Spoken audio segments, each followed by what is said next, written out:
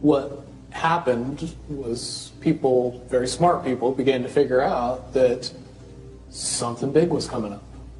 Something that made it so all the possibilities of all the future scenarios of any choice, any possibility that was fed in and observed through the looking glass inherently ended up in the same future. And no decision, no possibility changed past a certain point.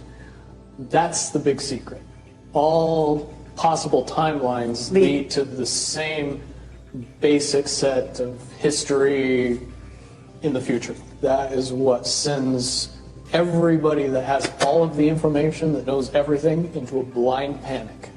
The people that know everything about LookingGlass, that have gotten all the reports and all the information, the elites of the world, probably figured out that that was the end of the game. And nothing could be manipulated beyond that point. One of the caveats that I do have some personal information that I did get personally involved in was some information that had to do with the Stargates and LookingGlass, and more specifically the 2012 problem with those projects.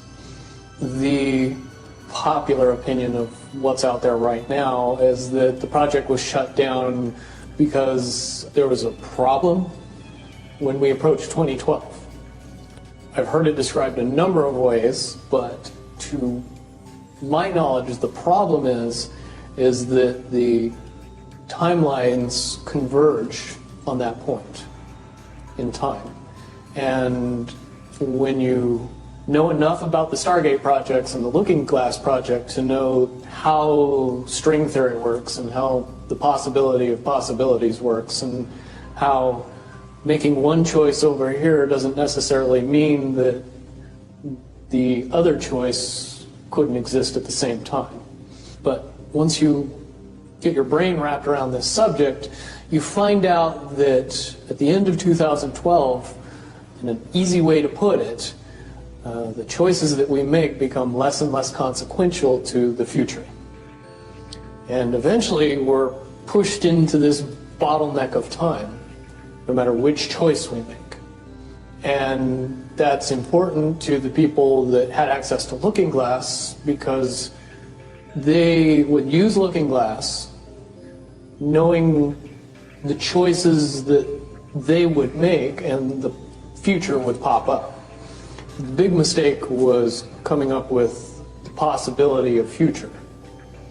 And when we started using a computer to say, well, if we make this choice, it's 79% possible that this scenario happens, and 23% are possible, or whatever, these are round numbers, that this scenario would happen.